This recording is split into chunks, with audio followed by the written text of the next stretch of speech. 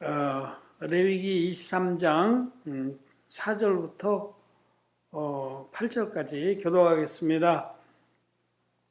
기한에 미쳐 너희가 공포하여 성회로 삼을 여호와의 절기는 이러하니라. 정월 14일 저녁은 여호와의 유월절이요 이달 15일은 여호와의 무교절이니 7일 동안 너희는 무교병을 먹을 것이요 그 첫날에는 너희가 성회로 모이고 아무 노동도 하지 말지며 너희는 7일 동안 여호와께 화제를 드릴 것이요 제 7일에도 성회로 모이고 아무 노동도 하지 말지니라. 아멘.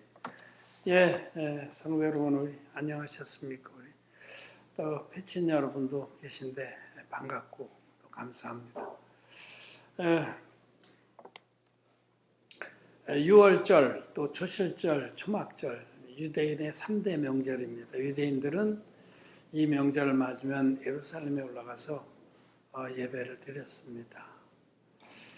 이 3대 명절을 규례대로 육신적으로 지키는 것은 큰 의미가 없습니다. 이 유대인들에게 세워주신 명절에 담긴 영적인 뜻을 우리가 알고 또 믿음으로 지키는 것이 중요하겠죠. 오늘은 이 세 명절 중에서 첫 번째 유월절 규례, 유월절 규례에 담긴 뜻과 의인들은 이 유월절과 무교절로 이어진 이 말씀에서 무엇을 생명처럼 여겨야 되는가 하는 말씀을 드리고자 합니다. 이 세 명절은 그냥 형식적으로 한 번씩 그냥 하나님을 기억하라고 세워주신 건 물론 아니죠. 굉장히 중요한 겁니다. 하나님 말씀은 모두가 우리 각자의 구원과 또 영적인 은혜들을 위해서 기록해 주신 거죠. 1차적으로 그렇습니다. 1차적으로 우리 개개인에게 말씀하시는 바입니다. 하나님 말씀은. 하나님 그냥 뭉뚱거려서 이스라엘 민족이나 어떤 집단에게 집단적으로 은혜를 베푸시는 분이 아니라 모두가 우리 개개인 하나하나에게 1대1로 말씀하시는 겁니다. 그게 1차적인 우리가 성경을 대하는 바른 자세입니다. 그게 나에게 하신 말씀이다. 6월절 규례는 이스라엘 백성들이 애굽에서 빠져나온 출애굽의 역사에서 비롯된 것입니다. 그날에 이스라엘 백성이 빠져나오면서 하나님께서 6월절 규례를 세워주셨거든요. 그럼 이거 이스라엘의 명절이지 우리와 무슨 상관이 있느냐? 그렇지 않습니다. 우리 개개인에게 굉장히 중요한 사건이에요. 우리가 이스라엘 백성이 그 애굽의 종살이에서 죽음을 면하고 빠져나온 것은 우리 개개인이 사단마귀의 종살이에서 또 죄의 종살이에서 그로 인해서 지옥 갈 수밖에 없는 우리들이 전적인 하나님의 은혜로 구원받은 역사를 말합니다. 그래서 출애굽 6월절의 규례는 이 죄사함의 역사를 우리에게 말씀하시는 거죠. 그리고 초실절, 첫 열매를 베어서 드린 그 명절은 구원받은 자들이 어떻게 이 남은 때를 하나님 앞에 사는 것이 옳으냐 하는 성도의 삶에 관한 교훈의 말씀을 함축적으로 기록해 주신 것이 초실절입니다. 마지막으로 그 수장절이라고도 하고 초막절이라고도 하는데 수장이라는 것은 거두어서 저장했다. 곡식을 다 걷어서 창고에 저장하고 나서 드리는 절기 또는 그 초막절이라는 것은 이제 광야에 이스라엘 백성이 있을 때 초막을 지어서 광야에 거하면서 하나님이 주실 약속한 땅을 소망하고 그들이 지냈거든요. 그래서 다시 자기들이 나그네였던 선조들이 이스라엘 백성의 선조들이 나그네였던 때를 기억하면서 하나님이 주신 영원한 그 기업을 사모하는. 즉 이 말은 뭐냐면 우리의 영원한 기업은 천국이거든요. 천국의 소망에 관해서 하신 말씀이 교훈들이 또 우리가 그 마음에 품어야 될 그런 뜻이 이 초막절 또는 수장절에 대한 교훈입니다. 그래서 유월절과 초실절과 초막절은 셋은 말하자면 우리 성도들의 믿음의 전체 삶을 다 규정하는 겁니다. 이렇게 말할 수가 있어요. 데살로니가전서 1장 3절에 보면 한번 봅시다. 데살로니가전서 시작. 너희의 믿음의 역사와 사랑의 수고와 우리 주 예수 그리스도에 대한 소망의 인내를 우리 하나님 아버지 앞에서 쉬지 않고 기억함이니. 사도 바울은 고린도전서 13장에서도 믿음, 소망, 사랑 이 세 가지는 영원히 있을 것인데 그 중에 제일은 사랑이라. 여러분, 우리 하나님의 은혜를 입어서 거듭난 우리들이 마음에 품을 세 가지 그 보석 같은 단어가 있습니다. 그게 뭐냐면 믿음과 사랑과 소망입니다. 그렇죠, 믿음. 예수 그리스도를 믿는 믿음. 하나님을 믿는 믿음. 우리가 그 믿음으로 구원을 받죠. 그리고 사랑은 거듭난 다음에 하나님의 그 사랑을 입은 우리들이 우리 안에 있는 하나님의 사랑, 그걸 진리의 사랑이라고 그래요. 데살로니가전서 후선지에 그걸 보면 진리의 사랑. 그냥 육신적인 사랑이 아니라 하나님의 그 구원의 사랑, 복음의 사랑. 이것이 우리 안에 있어서 영혼들에게 이 구원의 사랑을 베푸는 것이 우리 의인들의 삶입니다. 우리 거듭난 우리들은 이 사랑을 위해서 사는 거예요. 진리의 사랑으로 영혼들을 구원해서 그들도 하나님 자녀가 되고 영생을 얻게 하는. 그 다음에 마지막에 그런 가운데 우리는 참 힘듭니다.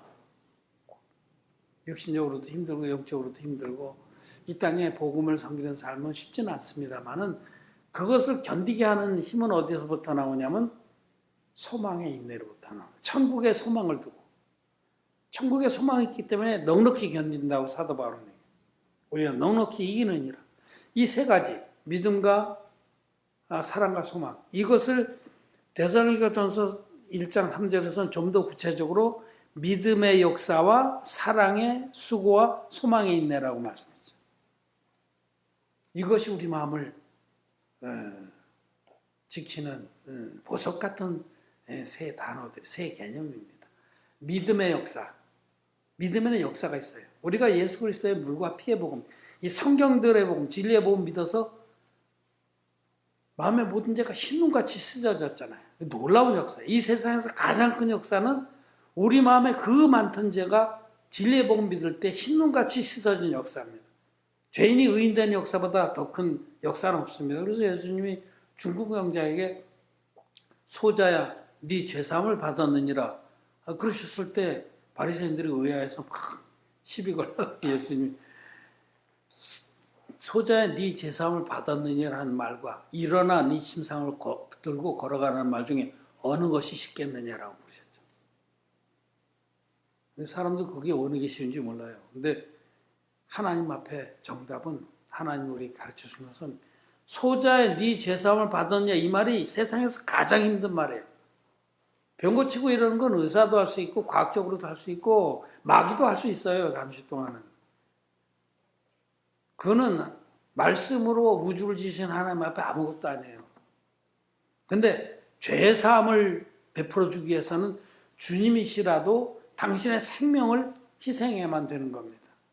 그건 절대로 쉬운 일이 아니에요. 하나님만이 하실 수 있는 일이고 가장 큰 역사예요. 죄가 없어진 역사가. 그래서 믿음의 역사라고 그럴 때 이 믿음의 역사는 우리가 예수님의 물과 피의 복음 믿어서 그 많던 죄가 깨끗이 없어진 게 가장 큰 역사입니다. 또 죄사함 받은 의인들이 믿음으로 기도하면 이 산들어 들려서 저 바다에 빠지라 해도 그대로 되리라.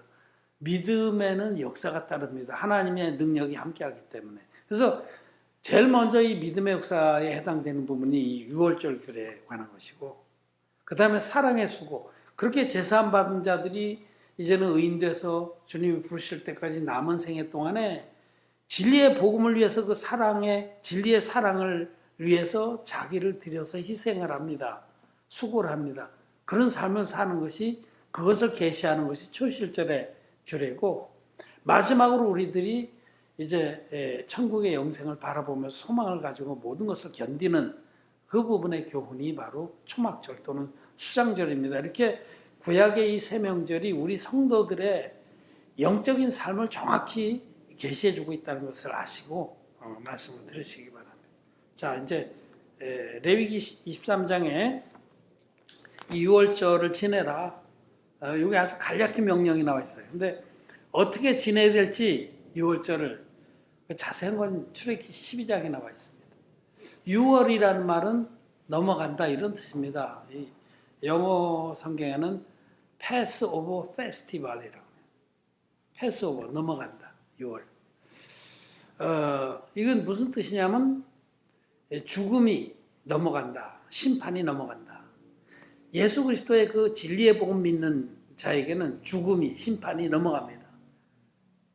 하나님의 심판이 우리하고 상관없는 것이다. 왜냐하면 우리의 모든 죄를 예수님이 다 담당해서 없애줬기 때문에 어린 양 예수님의 그 살을 먹고 그 피를 발리운 자는 죽음이 넘어갑니다. 심판이 넘어갑니다. 이것이 구원에 관한 복음이다라고 우리 말할 수가 있죠. 그 6월절은 이스라엘 백성들의 애굽의 종살이를 430년 동안 하고 하나님께서 그들의 간구를 들으시고 약속을 아브라함과 맺으셨던 약속을 기억하셔서 이스라엘 백성을 약속의 땅 가나안으로 이끌어내실 때에 바로가 강팍하게 굶으로 하나님께서 10가지 재앙을 내리셔서 그 애굽 나라를 초토화시키는데 마지막 재앙이 뭐냐면 애굽의 모든 장자와 초태생, 짐승 중에서 첫째로 태어난 그런 생명들을 전부 죽여버리는 거예요. 근데 이스라엘 백성에게는 고센 땅에 거하던 이스라엘 백성에게는 하나님께서 너희는 1년 된 어린 양이나 어린 염소를 수컷으로 준비해놨다가 그 이스라엘 백성이 출애굽한 달이 이스라엘의 첫 달이 됩니다. 그 달로 첫 달을 삼게 했어요. 이 역사의 시작이. 거듭난 자는 거듭난 달이 인생의 첫 달입니다. 그래서 그 이스라엘 백성들이 그 애굽의 종살이에서 벗어난 그 첫 달의 10일 날 양이나 염소를 수컷으로 1년 된 걸 구별해 놨다가 14일 날 저녁에 해거름에 잡습니다.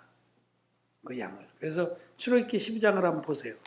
출애굽기 12장 5절부터 쭉 말씀을 한번 읽는 게 더 쉬워. 내가 설명해 주는 것보다. 네.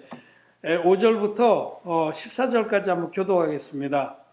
출애굽기 12장 5절부터 14절입니다.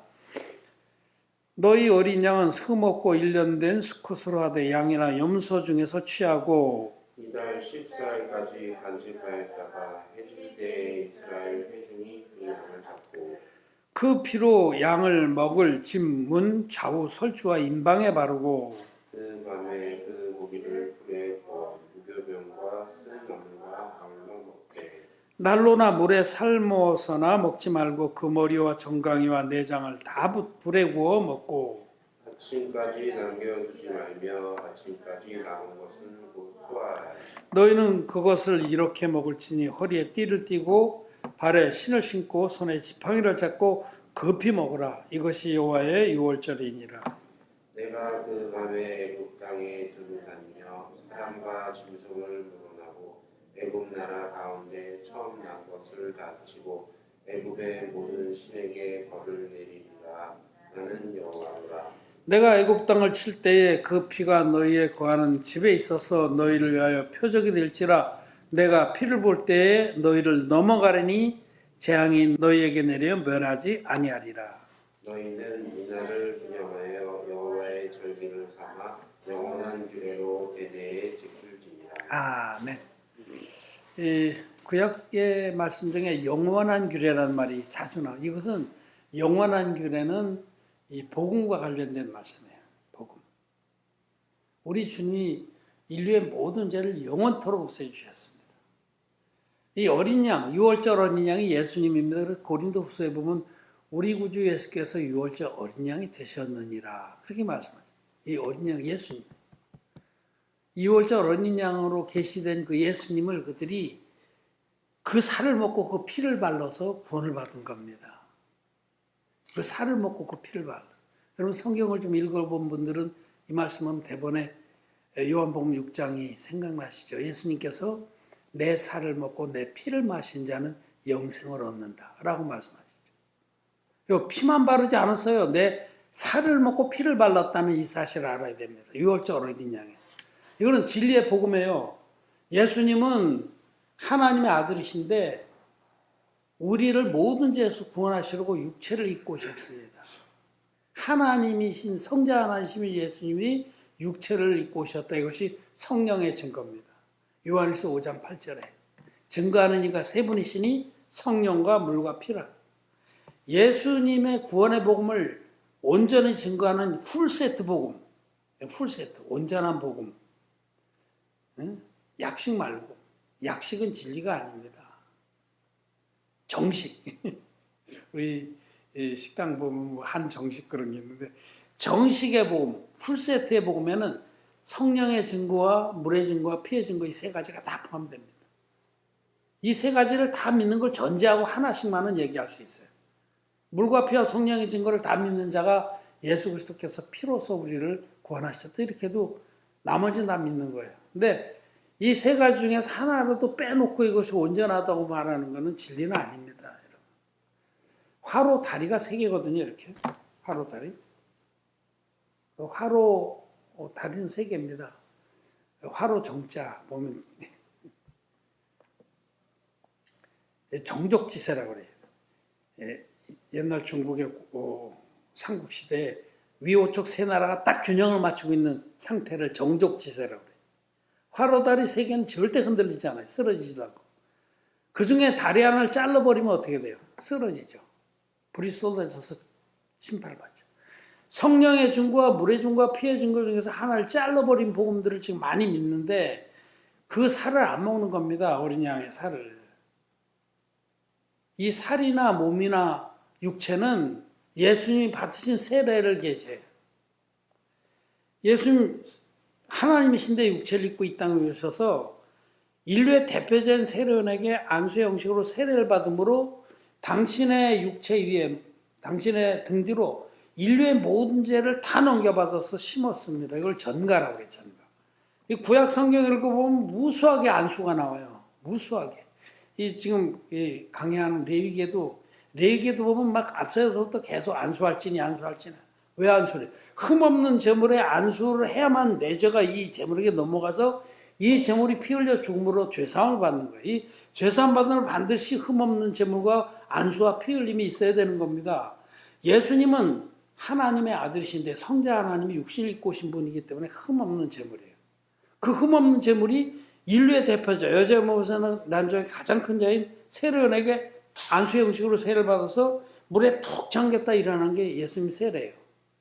이 안수로 세상 죄가 예수님께 다 넘어갔다고 성경은 명확하게 기록하고 있습니다. 여러분 마태복음 3장 15절 말씀 보세요. 예수님께서 세례원에게 명령하셨어요. 머뭇거리는 세례원에게 쫄아서 막 내가 당신한테 세례를 받아야 할 텐데 어찌하여 내게 오시나이까 쫄았어요. 세례원이 다 알고 있어. 자기가 해야 될 일을. 내가 안수를 해서 저분에게 세상 죄를 다 넘겨들지 알고 있는데 순간적으로 쫄았어요. 너무 엄청난, 너무 어미하시고 정말 감히 얼굴을 뵐 수 없는 분이 자기 앞에 오셨어요. 그러자 예수님이 준엄하게 명령했어요. 이제 허락하라. 이제는 내 머리에 손을 얹어라. 우리가 이와 같이 너는 내 머리에 손을 얹고 난 그 안수를 받음으로 이 세상 모든 죄를 다 넘겨야만 이 세상의 모든 의가 이루어진다 라고 기록한 것이 마태복음 3장 15절입니다. 제발 좀 성경 좀 보고서 성경대로의 복음을 믿기 바랍니다. 그래서 여러분 예수님 세례받은 이튿날 이와 같이 모든 의를 주신 그 이튿날 세례한 예수님을 가르치면서 보라 세상 죄를 주고 가는 하나님의 어린 양이로다라고 증거하신 겁니다. 어제 세례받았으면 그 다음날 자기 제자들 다 예수님께 다 보내면서 이제 난 끝났다. 내 사역은 끝. 나는 점점 적어져야 되고 저분은 점점 커져야 된다. 너희들은 다 저분에게 하라. 보내면서 보라 세상 죄를 주고 가는 하나님의 어린 양이로다. 그렇게 증거한 겁니다. 예수님 세례받을 때 세상 죄를 다 넘겨받았기 때문에 물에 잠기신 것은 장차 십자가에 돌아가실 것을 계시하고 물에서 올라오실 것은 주님이 죽음을 이기고 부활하실 것을 계시하고 그래서 예수님 받은 세례하는 진리의 복음이 다 합쳐져 있는 거예요. 다 그 안에 함축되어 있습니다. 이 6월절 날에 6월절 어린 양의 살을 먹고 피를 발랐다는 것도 똑같습니다. 그분이 죄를 담당할 그 어린 양의 그 세례를 믿는 것이 살을 먹는 거예요. 그래서 예수님이 5천 명을 먹이신 후에 그 사람들에게 내 살을 먹고 내 피를 마시는 자는 영생을 얻는다. 내 살을 먹지 않냐고 내 피를 마시지 않는다는 영생을 못 얻는다는 게 천국 못 간다는 겁니다. 피만 마시는 자는 천국 못 갑니다. 예수님의 세례와 예수님 십자가의 피를 둘을 다 믿어야만 온전하게 마음에 죄가 흰눈같이 씻어지고 하나님의 자녀가 돼서 천국에 넉넉하게 들어가는 것이다 라고 말씀을 하는. 예수님 성찬식을 세울 때도 떡을 떼서 나눠 주시면서 내 몸이다 받아 먹으라. 이 살이나 몸이나 육체는 예수님 받으신 세례, 육체를 입고 와서 세례받음으로 담대한 인류의 죄를 다 넘겨받으신 그 진리입니다. 여기 어린 양의 살을 먹는데 난로나 물에 삶아서는 먹지 말라고 그랬어요. 난로라는 건 이해가 안 되는데, 전혀 이해가 안 되는데 생짜배기로 믿어 맹신을 하지 마라 이겁니다. 날탕으로. 여러분 날로 먹기가 쉬워요? 여러분 진리의 말씀은 이성적으로도 너무나 딱 맞습니다. 그렇잖아요. 예수님이 하나님의 아들이신데 구약시대에 흠없는 제물과 안수와 피 흘림으로 속죄를 받았듯이 흠없는 제물로 오신 예수님이 인류의 대표자에게 안수를 받아서 세상의 죄를 다 짊어지고 나와 여러분들의 모든 죄화물을 앞으로 죽을 때까지 지을 죄화물까지도 다 짊어지고 십자가로 가셔서 다 이루었다 하기까지 피 흘려서 갚아주셨습니다. 너무 딱 맞잖아요. 구약과 신약이 딱 맞고 너무 진리잖아요. 뭐가 자꾸 이렇게 이 시간에. 그는 날로 먹을 이유가 없어요. 그냥 듣고 자기가 맞다. 진리다. 1 빼기 1은 0이다. 나는 죄인이었는데 예수님이 내 죄를 세례로 다 가져가서 십자가에서 다 없애놨으니 0이다. 난 죄가 없다. 너무 맞잖아요. 그 왜 진리의 복음 믿으면 너무 많은데 1 빼기 1은 1이다. 이렇게 믿으니까 너무 안 맞으니까 날로 먹으려고 막 생으로 예수님 믿으려고 그러니까 너무 힘든 거예요. 제가 어제 로마서 읽기 후에 글을 올리면서 기독교인들이 로마서가 너무 어려운 이유는, 더 나아가서 신앙생활하기에 너무 어려운 이유는 자기가 이 진리의 복음 안에서 죽지 않았기 때문이다. 이렇게 썼어요. 우리는 예수님 안에서 이미 옛사람 죽은 겁니다. 이 진리의 복음 안에서. 이 날로 먹을, 그 다음에 삶아 먹는 건 뭐냐면 영양가 다 빼고 삶으면 육수 다 우러나고 기름기 다 빠지고 퍽퍽하잖아요. 하나님 말씀에서 지 입맛에 맞는 것만 골라서 먹는다는 거예요. 그렇게 먹지 말라는 겁니다. 다 먹으라고. 내장과 머리까지. 경상도 사투리라면 대급박이까지. 내장까지. 다 불에 구워 먹어요. 불에 구워 먹는다는 성령의 감동을 쫓아 믿으라는 겁니다. 성령은 말씀의 역사하는 분이에요. 우리가 말씀을 정말 믿고자만 한다면 진리의 말씀에 성령의 역사에서 우리 마음에 그냥 믿어져요. 그냥. 하나님 말씀이 그냥 믿어져요. 큰 확신으로 믿어지는 겁니다. 여러분 창세기 1장의 첫째 날에 보면 하나님의 신은 수면 위에 운행하시니라 이렇게 돼 있잖아요. 하나님의 성령은 말씀과 함께 역사를 해요. 말씀. 이 말씀이 이 하나님 말씀을 성령의 감동으로 우리가 믿으라는 겁니다. 이 진리의 복음을 제가 누누이 전해드리잖아요. 말씀 그대로의 복음, 성경 그대로의 복음. 그 말씀은 성령이 감동시켜 주시는 대로 그대로 믿되 어느 하나 내장 같은 거 먹기 싫죠. 어쩌면 더 맛있을지는 몰라. 우리 옆에 집에 오늘 아침에 인테리어 얘기를 가봤더니 배달 음식점이 들어오는데 뭘 할 거예요? 그랬더니 닭발하고 곱창을 할 거래. 내가 곱창 좀 팔아줄게. 얼마나 맛있어 곱창이. 어쨌든 불에 구워서 내장과 머리까지도. 하나님 말씀 중에서 자기한테 껄끄러운 것도 있죠. 믿기 싫은 거. 자기를 부인하든지. 그런 말씀이라도 모든 말씀을 다 하나님의 성령의 감동을 받으면 다 너무너무 맛있고 송이꿀보다 단 것입니다. 그래서 이 구원의 복음에 관해서도 정말 이렇게 먹되 어떻게 먹냐면 허리에 띠를 띠고 지팡이를 잡고 속히 먹으라. 재지 말라는 거예요. 나와 여러분들이 잴 게 뭐가 있어? 하나님 말씀을 우리가 잴 게 뭐가 있어요? 따질 게 뭐가 있어? 이순재 씨가 광고인데 보면 묻히지 말고 따지지도 말고 있는데 그냥 성령이 감동을 주시는 대로 성경 그대로 믿는 것이 믿음입니다. 성경 그대로. 거기서 뭘 빼거나 더하면 생명책에서 지워집니다. 이게 바로 유월절 어린 양이 예수 그리스도고 우리의 진리의 복음입니다. 그 살을 먹고 그 피를 문 설주와 임방에 발랐어요. 설주라는 건 양쪽 기둥을 설주라고 해요. 옛날에 학교 때 그 시중에 뭐 문설주에 기대고 뭐 엿듣고 있다 그런 시가 있었죠.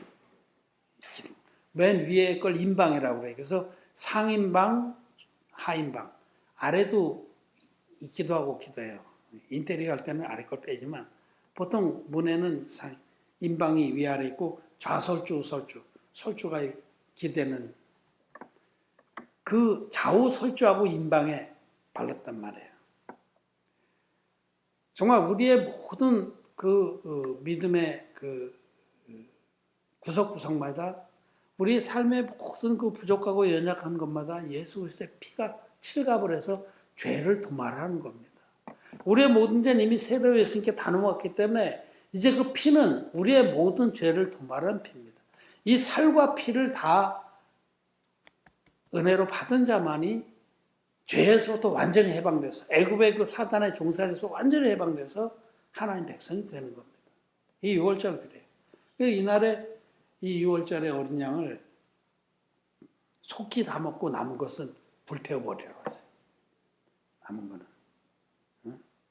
그거는 그냥 싹 미련도 갖지 말고 태워버려요. 이 진리의 복음은 아무나 뜯어먹게 못해야 됩니다. 마음이 준비 안 된 자들은 맛도 못 보게 해야 됩니다. 뱀처럼 지혜롭고 비둘기처럼 순전하게 우리는 복음을 전하고 지켜야 된다라는 거죠. 이렇게 유월절을 보내고 그날에는 그 무교병, 누룩 없는 떡과 또 쓴나물과 겸하여 먹었습니다. 우리가 복음을 섬기고 나가는 데는 어려움도 있고 고난도 있고 핍박도 있습니다. 그것도 다 감수할 그런 믿음으로 유월절 어린 양을 먹은 자만이 애굽의 종살이에서 죄와 사망의 종살이에서 해방돼서 하나님의 자녀가 된다라는 말씀입니다. 그래서 우리는 여기 또 유월절 규례에 보면 뒤에 넘어가면요 10장 48절 같이 한번 읽겠습니다.